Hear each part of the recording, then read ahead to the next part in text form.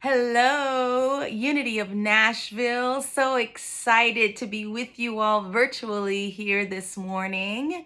And I'm especially excited given the topic. You can see I'm already dressed for the theme. And so today we're going to be talking about Dia de los Muertos. Can y'all say that with me? Dia de los Muertos. You're learning Spanish already. So, today we're going to be talking about that and also how it relates to not only the series that we're currently finishing up about the harvest of blessings, but how it relates to unity principle. So, first, let me start off by telling you a little bit about my history with Day of the Dead and how I came to celebrate it. So, my family's originally from Mexico, and this holiday is a Mexican holiday, but I didn't celebrate it growing up. This holiday tended to be something that happened in very specific regions in Mexico, and my family was not from those regions where it was still a very vibrant time, ceremony, event. And so it really wasn't until maybe about 10, 12 years ago that I started celebrating this. And the reason why I started doing this more formally was my grandmother passed about 17 years ago. And she was the matriarch of the family, and she was a larger than life, and she was just the apple of my eye and, my total love. And when she passed, I had a really, really difficult time. And she died on Christmas Day. And so every year, as the holidays approached, I had a really rough time. And it took a couple years to actually realize that I was actually depressed around the holidays. I had no idea. I just knew that I was feeling weird and funky. And then little by little, I started cluing into the fact that as Christmas and even before, as Thanksgiving creeped up, I was starting to just be off. And so after a number of years, it just got really overwhelming that I couldn't really fully celebrate and enjoy the holidays. And I thought something has to change. And so lo and behold, I just got this idea like, gosh, this is part of my spiritual heritage, this Day of the Dead. Why don't I try to do something around that and see if that brings me some kind of solace? And so I started doing this small events with my family, and then it kind of grew to this sort of community thing that I did here in Chicago, where people came and they brought pictures and they put them up on their community altar, and we did a little blessing ceremony.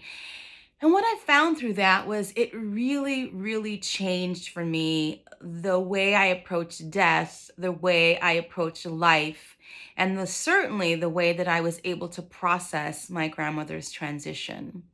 So I wanted to share this with you all because I do feel like it's this powerful thing that we can engage in to be able to think through this idea of death, to think through the idea of life, to understand how it's part of just this circle of life.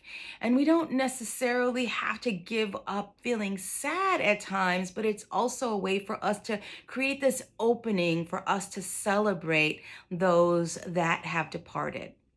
So, what is Day of the Dead?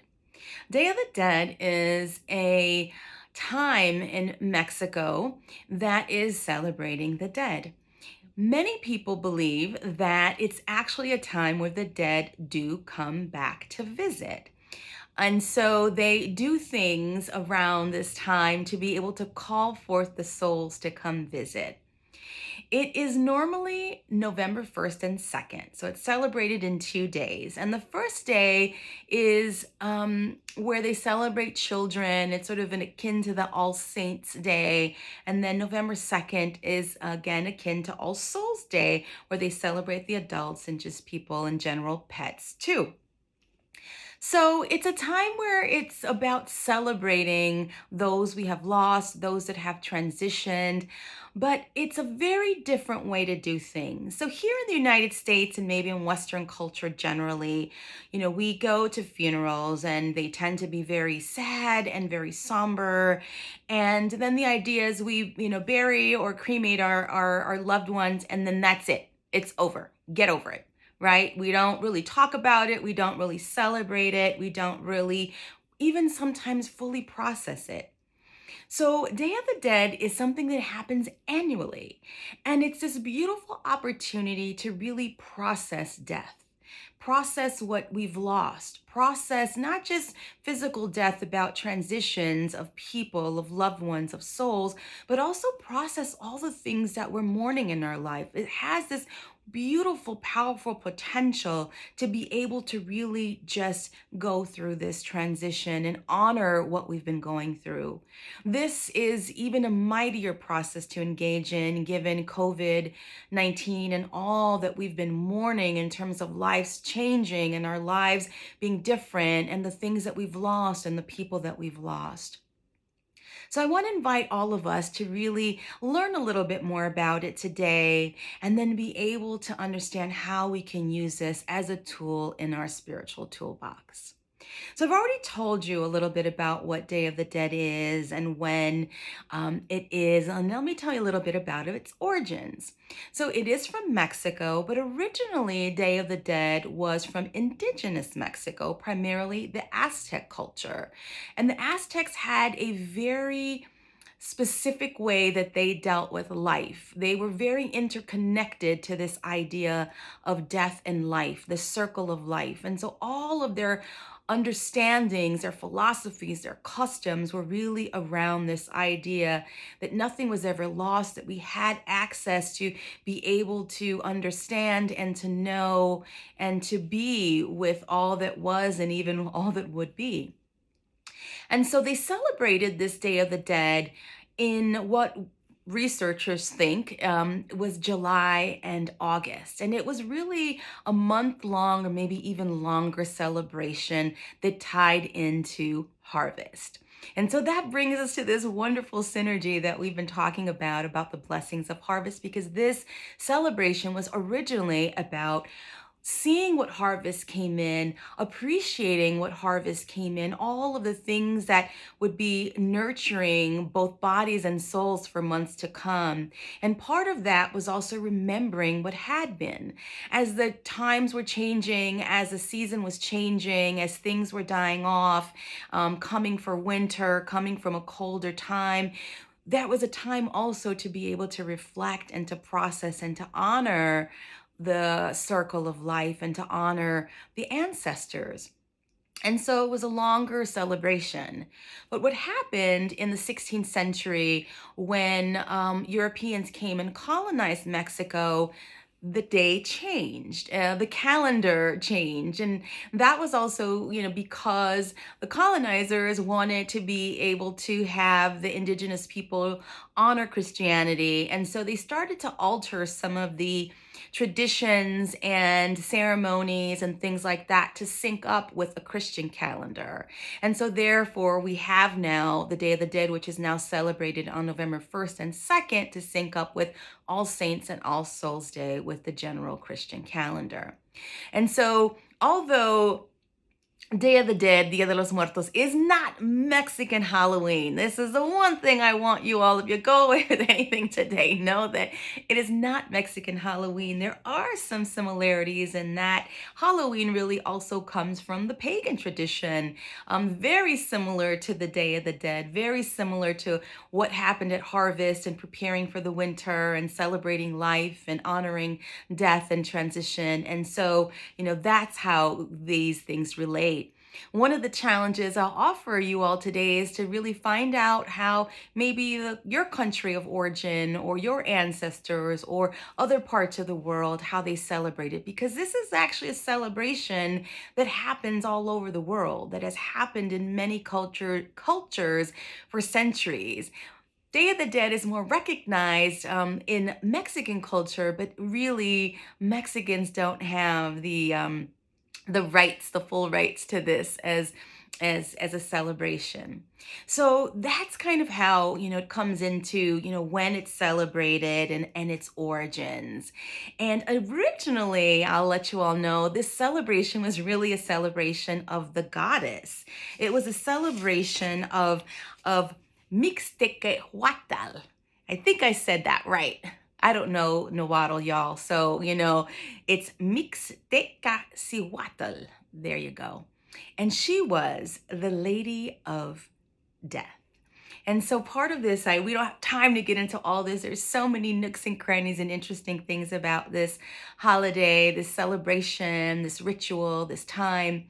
But I just wanted to make sure that we understood that it does come from very deep indigenous roots and also from something that is really part of our cultural DNA as human beings. It's something that all cultures celebrate and some things that we've actually forgotten. And so this is a wonderful time to connect into some of the aspects of life that have been forgotten. It's a remembrance service for a reason. It's not just remembering our loved ones, but remembering those aspects of ourselves that we've lost, the traditions of life, the respect for life, the respect for what has come before us, and the appreciation for what we have now, and the excitement and joy, the zeal for what we're moving into. And so this is kind of where we come into this. Now, how is it celebrated? So as you can see, I've got, my altar here in the back. I've got my grandma. I've got my dad who passed away just last year from COVID. I've got, other, my brother and just other folks in my family that transitioned. It's celebrated with a lot of color, as you can very well see. As I mentioned, it's very different than how death is celebrated in a traditional Western context. And so it's about joy. So it's a celebration of time with food and music and gathering and fun and excitement. Oftentimes in Mexico, the celebrations actually take place in the cemeteries. You can find all kinds of fun stuff online about this, but it's actually beautiful where full communities come out and spend the night in song and in service and in prayer at the cemeteries. But here, generally, you've probably seen some celebrations. It's about just creating an altar for one. That's one of the things that's very traditional about this celebration. And we at Unity of Nashville have our altar that's right in the back of the sanctuary. So don't forget to go visit it if you haven't done that, and to put mementos of your loved ones on the altar, pictures or things that they loved.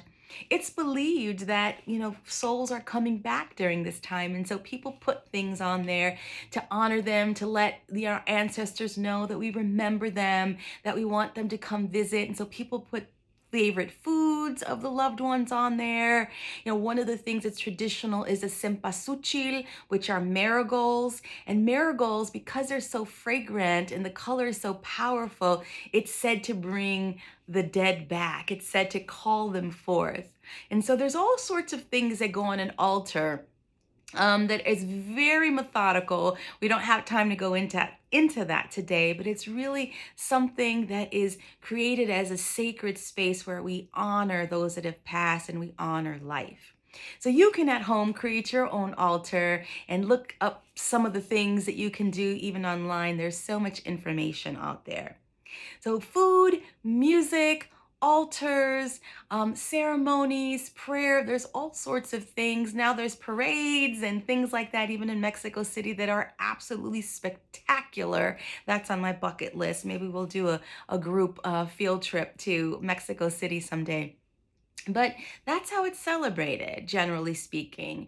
And there's all sorts of other ways, too, that you can explore how you might celebrate it as a way to honor your loved ones.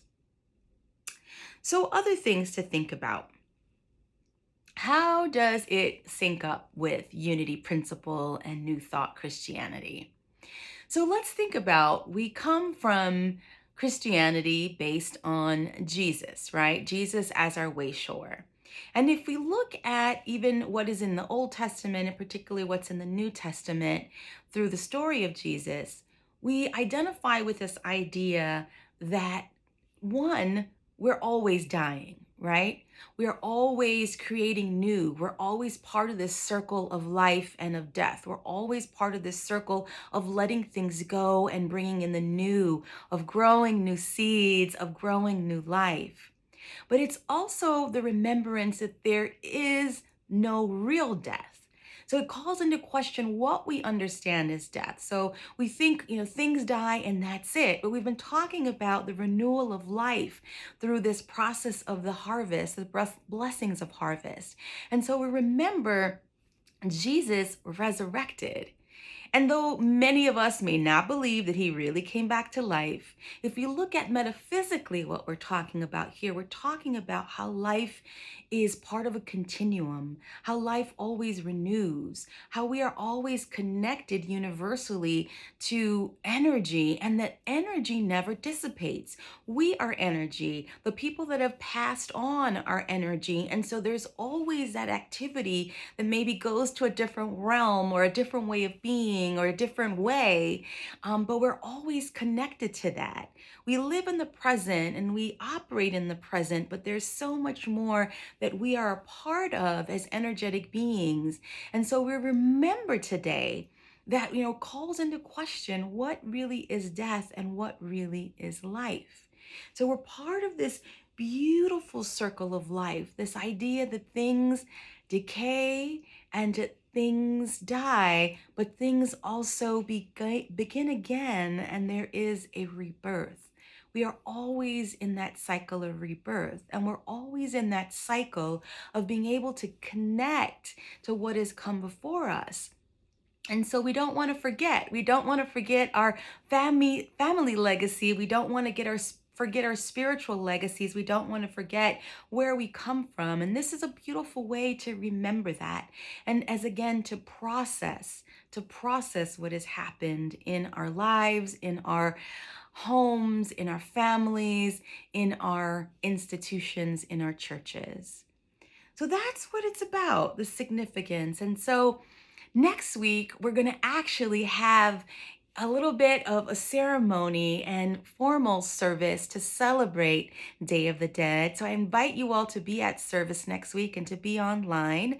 I also want to invite you all to make sure that you put your loved ones not just on our physical altar, but we have created here at Unity of Nashville a virtual altar. You can go to that at www.unityaltar.com. That's www.unityaltar.com. And that's a virtual memorial wall of our loved ones' pets too, that you can put on there and share something about your loved ones. And there's also more on that website about Dia de los Muertos, so you can go learn more in detail about what piques your curiosity about this time, this event, and what we're doing here. So I want to thank you all for just allowing me, for being open to creating a space for Dia de los Muertos here at Unity of Nashville, to be able to allow me to share something that is so near and dear to my heart and near and dear to my cultural tradition. And I hope that you all come to love it and understand it and be with it and get power from it just as I have. So next week, we'll get into delving more into some of this nitty gritty. But for now, know that I love you all. I miss you all. I'm sorry I'm not there physically, but I'm with you all in spirit. Have a wonderful Sunday, and let's take this into meditation. Let's take some beautiful, deep cleansing breaths, allowing the Spirit to just really fill us up. Fill up our lungs, fill up all of our being. We let go of anything from this week or this morning to just fully be present in the presence. Taking that deep breath in and taking that deep breath out. We open ourselves up to that circle of life. We open up to this idea that energy never dies, that energy never dissipates, that we are energy moving and living and breathing, and those that have transitioned are part of that energetic presence, that connection, that universal life force that is. We open up a space to be able to fully feel, to fully grieve, to fully be in joy. We open up that space to be able to remember what we've lost, but also give deep thanks for what we have currently in our life, and to open up joy and hope and faith and possibility for tomorrow. So we take this moment to just open up to this blessing of harvest, to this blessing of life, to this blessing of the flow, to the abundance of what is and what was and what shall be. We open it up knowing and affirming that we are presencing divine life mightily here and now. And let's take that knowing for a few moments into the silence.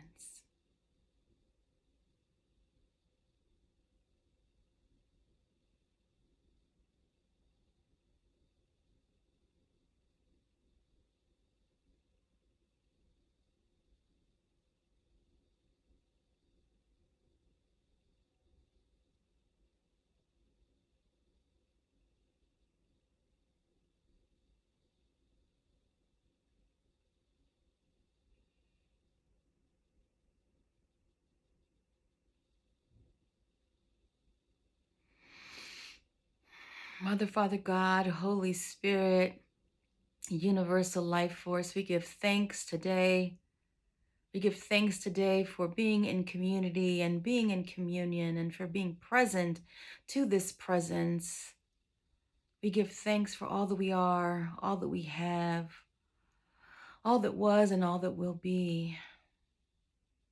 And we move forward today, remembering who we are, remembering where we come from, and remembering that we have this beautiful power within us to be able to deal with all of life's challenges and to be able to deal with all of life's pains and sorrows and to transform them and transmute them into our legacy and power.